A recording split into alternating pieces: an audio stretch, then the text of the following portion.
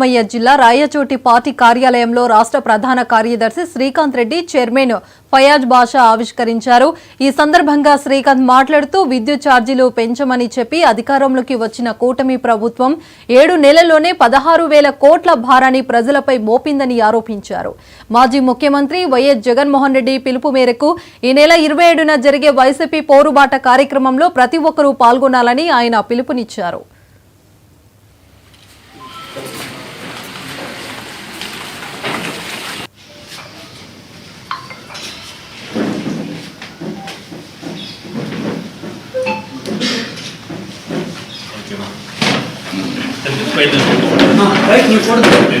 ఒప్పందం పోయేటప్పుడు ఆ రేట్ కంటే తగ్గించడం, ఒక ప్రభుత్వం తీసుకునే నిర్ణయాలను ఇంకో ప్రభుత్వం రద్దు చేస్తే ఆ కంపెనీలు జరిమానా కట్టాలి, లీగల్ ఇష్యూస్ వస్తాయి. ఆ విషయం మీకు తెలిసిందే. మరి అది మరుగు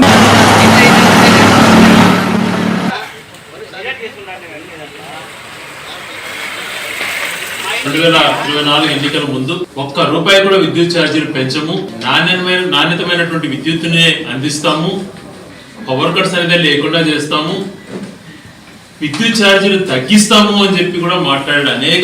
అనేకమైనటువంటి బహిరంగ సభల్లో పదే ఈ మాట రిపీట్ చేశారు.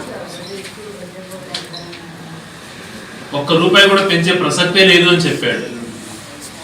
మరి ప్రభుత్వం ఏర్పడి 7 నెలల్లోనే దాదాపుగా 16,000 కోట్ల రూపాయలు ఇప్పుడు పెంచడం జరిగింది. డిసెంబర్ వరకు 7,000 కోట్ల పైగా, ఇప్పుడు మళ్ళీ 8,000 కోట్ల పైగా నెక్స్ట్ మంత్ నుంచి ఛార్జెస్ ఇస్తున్నారు. ఇది మీ ప్రజల తరపున విన్నవిస్తున్నాం. ఇప్పుడే నిత్యావసర సరుకుల ధరలు విపరీతంగా పెరిగిపోయి అల్లాడుతున్నారు మధ్యతరగతి కుటుంబీకులు. దాదాపుగా 80% ఉన్నటువంటి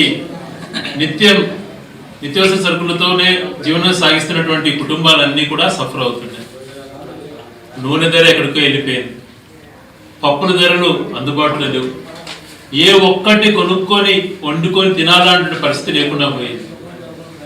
నిత్యావసర సరుకుల గాలికి పెంచేసి టమాటాలు, ఉల్లిపాయలు, వెల్లుల్లి ఏది తీసుకున్నా కూడా ఆకాశాన్ని అంటే పరిస్థితి వచ్చింది. మరి దానిపైన మళ్ళీ ఇప్పుడు విద్యుత్ ఛార్జీల యొక్క బరువు, నవంబర్ బిల్లుని తీసుకుంటే దాదాపు 20% తేడా వస్తాం. మళ్ళీ ఫిబ్రవరి బిల్లు నుంచి జనవరి నుంచి ఫిబ్రవరి బిల్లుల్లో కూడా మళ్ళీ 20 నుంచి 20% ఎక్కువ అదనంగా కనిపించే పరిస్థితి ఉంది. వీటిని అన్నింటినీ కూడా అనుసరించుకొని మేము చంద్రబాబు నాయుడు గారు ఏదైతే చెప్పారో, ఎన్నికల ముందు చెప్పి ఓటు వేయించుకున్నారో, ఒక్క రూపాయి కూడా విద్యుత్ ఛార్జీలు పెంచము, తగ్గిస్తామని మాట చెప్పారు. కాబట్టి మేము ఆ రకంగానే చంద్రబాబు గారిని అడుగుతున్నాం, తగ్గించుకోవయ్యా.